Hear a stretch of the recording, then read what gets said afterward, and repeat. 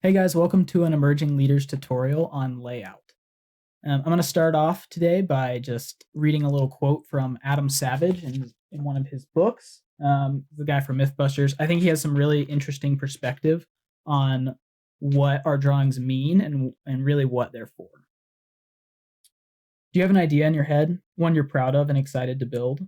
Okay, I want you to try an experiment. Call up a friend, maybe even a collaborator, someone who has at least some creative ability in their bones, and describe your idea to them. Tell them what it does, how it works, what's it made of, describe its shape, size, and color. Explain how you're going to make it, where you're planning on drilling large boreholes, what you plan on end up flattening, and what you want to chamfer, and what you're going to use for final assembly. And give your friend all the details you can. Now ask your friend to draw with pencil and paper what you just described.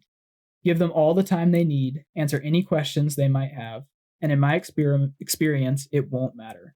Because what your friend eventually produces will look so radically different from what you than the image you tried to describe to them, you will wonder if they were listening at all. The differences will shock you. You will wonder whether you are speaking a foreign language. The divergence between the image in your head and the image produced by your friend may even be enough to make you question your whole idea. Please don't. But if you can draw it, if you can successfully demonstrate your idea in a way where both of you have the same understanding of it, so that either of you could build it or use it, that is a worthy goal.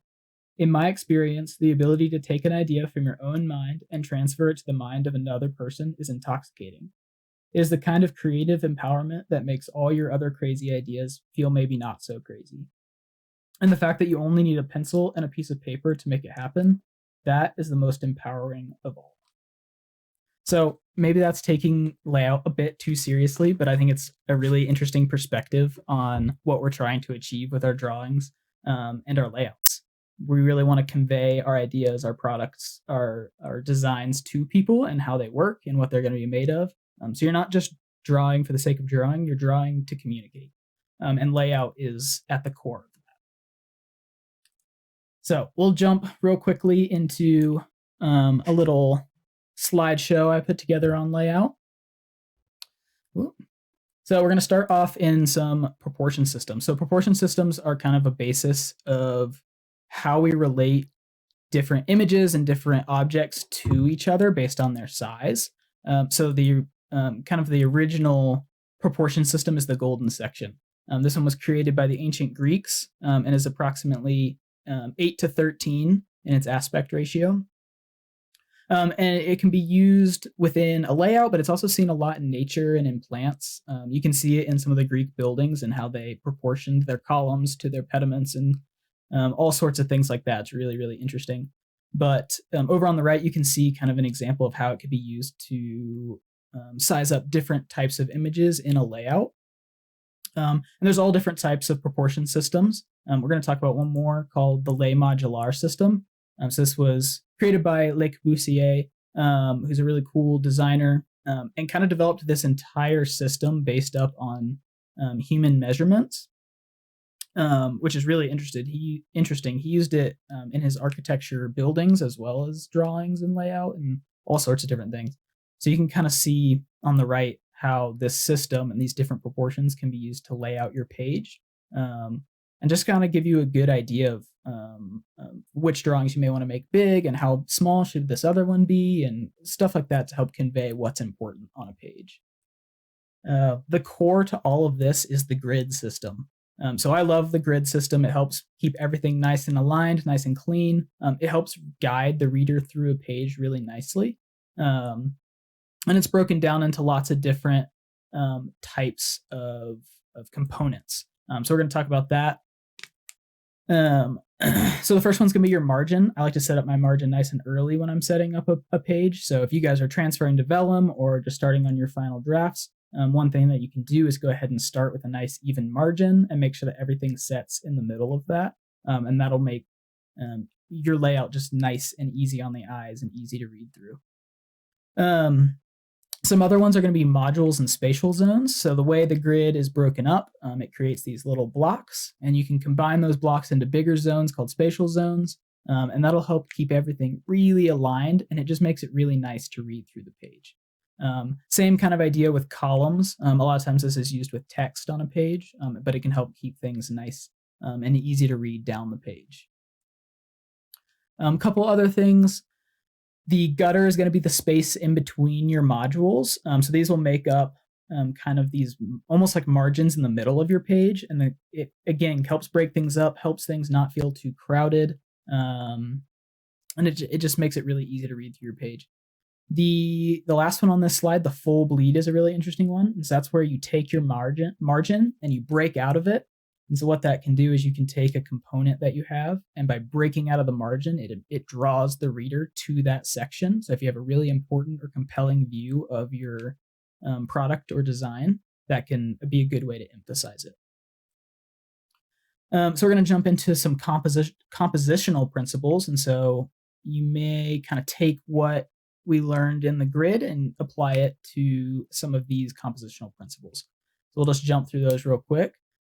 The first one's balance. And so basically what that means is the organization on the page, you don't want things to feel too tipped towards one corner. So you might have a really big drawing in the upper right-hand corner, but if you have a really small one in the lower left, it may feel unbalanced, and it makes it just feel a little off. It's kind of hard to describe.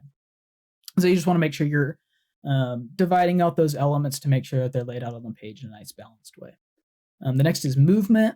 So this could be a really cool way if you have a product that is involved with movement or anything like that, anything where you want to convey a sense of speed or just circulation. You can use different graphical elements to help create movement through a space. The next is symmetry, as that lines up very similarly to balance, but you can't have a balanced page that's not symmetrical. It is hard to have a symmetrical page that's not balanced. But basically that's just making sure across a line things are nice and symmetrical. I honestly don't follow that one super often. I think a lot of times a nice asymmetric look can look really nice.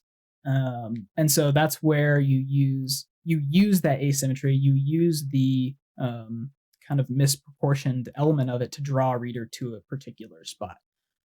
So maybe you want your biggest object to be, or your most important drawing to be bigger, because that's going to draw the eye in, and maybe it does feel a little unbalanced, but that's specific to trying to draw your eye to that element. Kind of a similar idea with tension. You can create tension on a page, and that'll help draw a viewer's eye to a certain area. It also might just make them feel uncomfortable. Maybe you're trying to prove a point that you want them to feel a little bit uncomfortable. I don't think we do that too often, but I definitely think it can come in handy. And then the last one is super important, contrast. This is going to be a nice even balance of darks and lights, and making sure that your page doesn't feel so dark that it's overwhelming, but making sure it's not so empty with white space that it just feels kind of lost. And there's a nice even balance there. So what I use for this one a lot of times is I'll do a little test layout, hang it on a wall and back up from it. And a lot of times I find that I am not going nearly dark enough. So that can be really helpful to make sure you're getting nice high contrast. All right, hierarchy. This one's super, super, super important. Hierarchy can be in text and in images. In text, that's going to be as simple as you want your title to be a nice large font size. And that's going to draw your reader into what you want them to read first. A lot of times people aren't going to read your whole board, so you want to get your really high level pieces of information off quickly so that they don't lose interest. So you're going to want to potentially make the text bigger. You could also make it darker, anything like that, to create a sense of hierarchy in the text. Same thing with images. Just like I was saying earlier, the largest graphic should be the most important, and making sure that you don't want your image that's just a section, kind of not super interesting, doesn't tell you a lot about the product. You don't want that to be your biggest image, because then you're not getting the most information across to your reader in the quickest amount of time. And then last, contrast and line work. Make sure you have nice heavy lines for your section cuts. Make sure that you have, even on the lightest lines, you still want those to be pretty dark so they don't blend into the page. So make sure, again, do that thing where you hang up your board, take a couple steps back, make sure your line work is dark enough. I got to my first ePod pinup, thought I had it nailed, didn't do that, hung it up in our pinup room, took a step back, and I couldn't even see the image on the page. And kind of broke my heart. So just make sure you test that, make sure it's popping off the page. Or in this case, you can even clean it up in Photoshop, which we have another tutorial for. So check that out. It can be very, very helpful. Okay, so some tips and tricks about some of the systems we just talked about. Number one, grids are an aid, not a rule. Don't follow a grid so closely that you make your layout boring, or you don't feel like you can be creative. If you have an idea and you think that it will help emphasize your product, go for it. The grid is just to kind of help you out and get you started, and then you can kind of break the rules where you feel like you should. Set up those margins early. You can kind of tape some of your trace drawings on a board and kind of test where things are going to fit and to kind of decide how big you want your margins to be. That way, once you have it set, you don't have to worry about it anymore, and you just make sure you keep everything within those constraints. Okay, next, alignment. Make sure all your drawings are nice and aligned. It helps read through the page really, really nicely. So if you have a section and an elevation and they're the same view, one's just cut through, you're going to want to align those, and it'll help the reader understand that those two are the same face. One's just cut through, and it kind of helps the reader navigate your product really easily. And the next, go get some examples online, pull up some Pinterest boards, just type product design advertisement, product design final boards. You can look up architectural boards, and all sorts of different graphics will pop up, and that'll help you kind of get a good idea. Don't be intimidated by that. They're always really good. Just know that it's just a good place to get started. Think more about text and alignment and that type of thing, and less about some of the extravagance of some of those examples. All right, practical application. So one of the most important things you can do is a thumbnail sketch. Hopefully you guys are well on your way on getting some of those drawings done. But if you're not, or if you are, go ahead and start sketching out some thumbnails. Decide which views you want. Decide what you're trying to convey. Play around with a bunch of different ones. This will help you decide what you need to have drawn for your final board ahead of time. And it'll also help you play through a lot of different iterations of that layout before you're kind of at the final layout and you're kind of panicked and not sure, and you just throw things randomly. So get some plans sketched out and just stay ahead of things. This one I mentioned earlier is trace to vellum.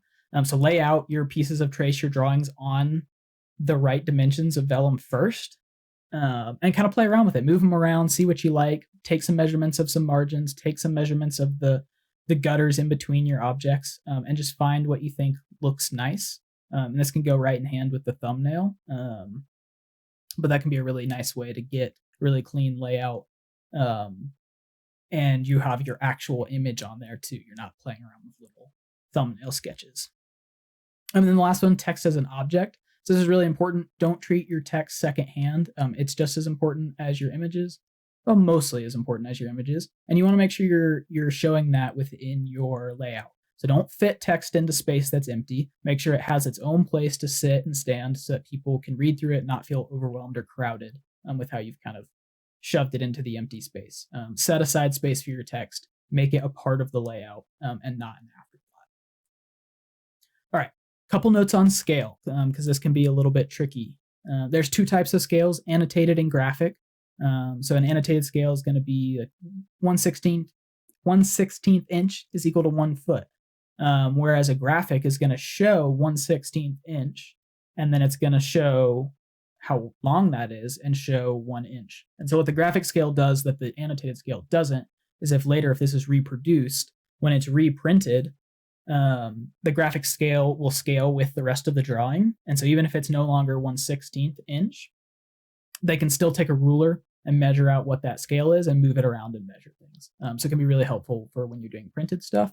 And you always want to make sure you list your scale on your drawings, and that'll help people get a sense of what type of scale you're drawing at, because that's super important. It can get lost in drawings sometimes. There's two tools to help you work through this: the engineering scale and the architect scale. So right now you're probably going to be mostly focused on an architect scale. Basically what it is on the end you'll see this little 1/4 arrow, and then it's got all these confusing numbers on it. Basically what this means is that it's 1/4 inch to 1 foot, And so basically what all these lines right here at the beginning are, is it squished a full length ruler as best it can into this 1/4 inch. So that's showing you little incremental spaces, a little tiny ruler within this 1/4 inch. And then these next gaps are going to be your feet. So this is 0 feet. And then if you bump 2 over, that's 2 feet. And 2 more, that's 4 feet. So what this does is it helps you quickly measure what your scale is, without having to like do the math of looking at a ruler and making sure you're like, okay, I'm going to count 3/8 inches and that equals a foot. This kind of takes all the guesswork out of it and makes you a little bit more efficient. So this is going to be really helpful in your next studio, and you may already be using it. If you aren't, start trying to get familiar with it, and you'll use it a decent bit once we're drafting in architecture. All right. So that's it. Hopefully this has answered some questions for you. If you're still a little bit confused, reach out to your mentor. They can help a ton. If you don't have a mentor, just reach out to ELP. We'll get you connected with somebody who can answer some questions, or come to one of our learning hours and ask whatever questions you may have. Good luck on your layouts. I hope they go really well. That way you have just that much more confidence during your final presentation. All right. Thanks, guys.